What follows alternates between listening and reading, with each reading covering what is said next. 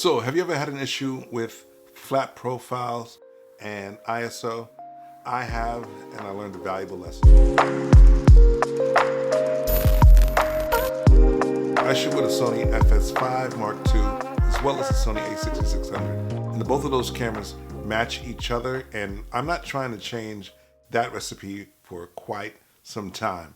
Those cameras are very expensive. So instead of me trying to buy the newest and the latest and the greatest, I stick with what I have, and what I have is actually very good. Both cameras shoot at SLOG 2, which is excellent whenever you want some of that cinematic look and some of the control that you have with color grading. Now, the issue is once you have sufficient light or really good light, you really get good quality looking footage. But if you're in a low light situation and you're using a flat profile, I'm going to advise that's not the way to go. I shot a performance at a nightclub not too long ago, and I kept it in a flat profile, and something told me to switch. And I didn't, because I knew I had to raise the ISO considerably in order just so I could see within the LCD screen.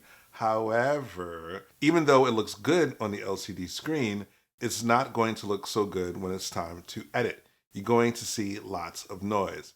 And that's what I ran into. What should you do if you really want to definitely shoot at a flat profile, no matter what the camera is, right? And you want to be able to get some of that cinematic control?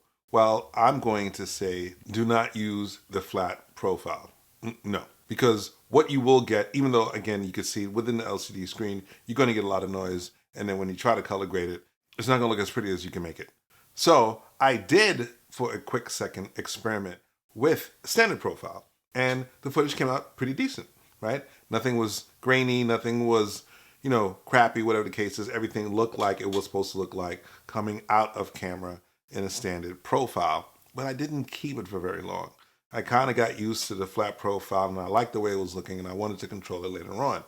Can you control it in a standard profile? Yes, you can. However, I could not say the same for SLOG 2 in low light situations. Now, I should have brought a light onto the camera so that way whatever I wanted to look at or whatever I wanted to have the subject be seen with the light on, it would have done all the work that I needed to do, and I could have shot at a standard profile. But I really didn't know what I was walking into. I didn't really want to walk with too much stuff, so I walked with what I had. In the end, the client was happy with what they got, but I wasn't happy with it because I knew I could have done better. And so this is teaching me never to shoot in low light situations with an SLOG profile. Standard profile is the way to go for the next go around. Actually, I do have no, that's a video. That's not a video shoot. That's a photography event. Slightly different. So flat profiles, SLOG 2 is a no-no in a low light situation. No matter how good it may look in an LCD screen, it's not going to look so good when it comes down to editing. Of course, the footage may be nice and everything like that, but your background and everything like that will still be way too much noise, and no. So my advice to everybody, standard profile in low light situations and flat in very well lit situations, so you could always lower down the ISO. Hopefully you wouldn't even have to raise it too much. You'll just have to be able to use whatever aperture and shutter settings that you have with sufficient light. Light is key to all cameras. No matter how low the light is, it still always needs light to see.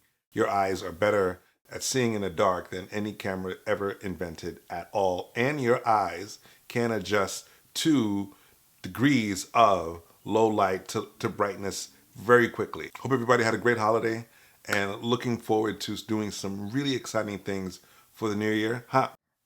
This MPC Touch.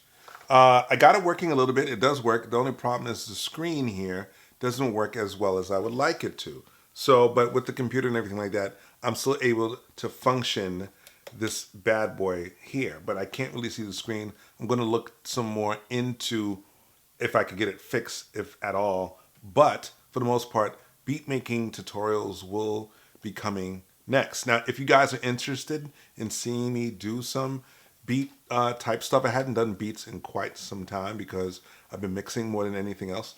And saw this laying around at an old friend's house, and hey, can I just borrow it and play with it just to see what I could do with it? They said sure, and I've had some challenges, and one of them is getting the screen working. So if you guys wish to see something, leave something in the comments, let me know, and I'll be doing some more things in relations to beat making alongside with my camera and video type stuff. So, hey, let me know, and hey, I'll just see you guys whenever.